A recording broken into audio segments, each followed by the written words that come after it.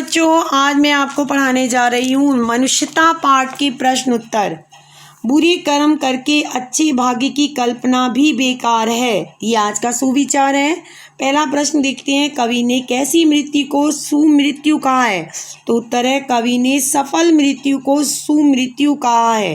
किसी व्यक्ति की मृत्यु तभी सफल होगी जब वह अपने जीवन का बलिदान दूसरों की भलाई के लिए करता है, अर्थात दूसरों के हित के लिए अपने जीवन को कुर्बान कर देता है। जैसे हमने मनुष्यता पाठ में हमने पढ़ा कि महर्षि दधीचि ने अपने जीवन का बलिदान देवताओं की भलाई के लिए किया, इसलिए हम महर्षि दधीचि की मृत्यु को सफल मृत्यु या सुमृत्यु कह सकते हैं। प्रश्न नंबर 2 है, उदार व्यक्ति की पहचान कैसे हो सकती है? तो उत्तर है, उदार व्यक्ति वही होता है जो सारे विश्व को अपना परिवार समझता है।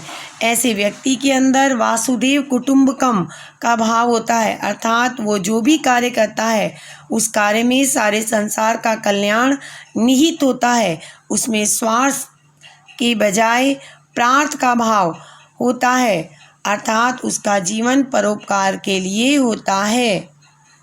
प्रश्न नंबर 3 है, कवि ने दधीचि, कर्ण आदि महान व्यक्तियों का उदाहरण देकर मनुष्यता के लिए क्या संदेश दिया है? तो उत्तर है, कवि ने दधीचि, कर्ण आदि महान व्यक्तियों का उदाहरण देकर हमें मानवता का पाठ पढ़ाया। उन्होंने इनका उदाहरण इसलिए दिया जिसे हम प्रेरणा लेकर अपने अंदर परोपकार की भावना विकसित कर सकें, दूसरों के साथ अच्छा व्यवहार करें, स्वार्थ रहित जीवन व्यतीत करें, अपने हित से पहले दूसरों के हित के विषय में सोचें और अपने अंदर दया, करुणा और सहानुभूति के भाव विकसित करें। प्रश्न नंबर 4, कवि ने किन पंक्तियों में व्यक्त किया है कि हमें गर्व रहित जीवन व्यतीत करना चाहिए? तो उत्तर है, रहो न भूल के कभी अंध तुच्छ वित्त में, सनाथ जान आप को करो न गर्व चित्त में।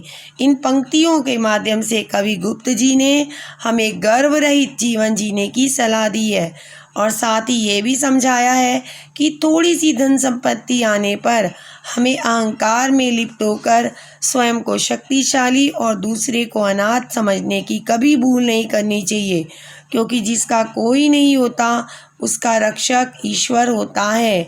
प्रश्न नंबर 5 है, मनुष्य मात्र बंधु है से आप क्या समझते हैं? तो उत्तर है, मनुष्य मात्र बंधु है। इस पंक्ति से कवि का अभिप्राय कि एक मनुष्य का सगा संबंधी, मित्र या रिश्तेदार दूसरा मनुष्य ही होता है, अर्थात कवि कहना चाहते हैं हमारे सुख दुख में हमारा साथ निभाने के लिए मनुष्य ही आता है, कोई अन्य प्राणी नहीं।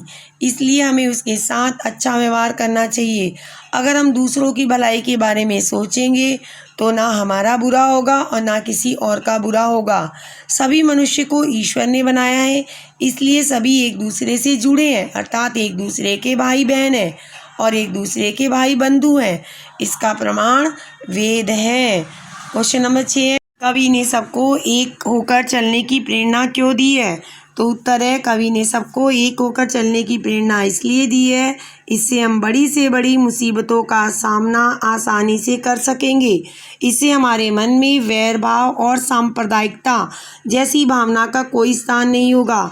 हम आपस में एक दूसरे के साथ मिलजुल कर आगे बढ़ते हुए अपनी उन्नति के साथ साथ दूसरों को उन्नति के रास्ते पर ले जाते हुए देश को भी उन्नति के शिखर पर पहुंचा सकेंगे। क्वेश्चन नंबर 7 है, व्यक्ति को किस प्रकार का जीवन व्यतीत करना चाहिए? कविता के आधार पर लिखना है बच्चों। तो व्यक्ति को स्वार्थ रहित जीवन व्यतीत करना चाहिए। अपने और अपनों के हित से पहले दूसरों के हित के बारे में सोचना चाहिए, जैसे संत महात्मा और महापुरुष आदि करते हैं। स्वार्थी होने से व्यक्ति पतन की ओर जाता है और निस्वार्थ भाव से जीने वाला व्यक्ति अमर हो जाता है, क्योंकि इसका जीवन दूसरों के काम आता है। इसलिए हमें परोपकारी होना आवश्यक है। क्वेश्चन नंबर 8 है, मनुष्यता कविता के माध्यम से कवि क्या संदेश देना चाहते हैं? तो उत्तर है, मनुष्यता कविता के माध्यम से कवि मनुष्य को इंसानियत, मृत्यु से ना डरने का उदाहरण देते हैं। कहते हैं कि वह व्यक्ति जो अपने हित से पहले दूसरों के हित की सोचता है वह हमेशा लोगों के दिलों में अमर रहता है। हमें हमेशा परोपकारी और स्वार्थ रहित ही रहना चाहिए।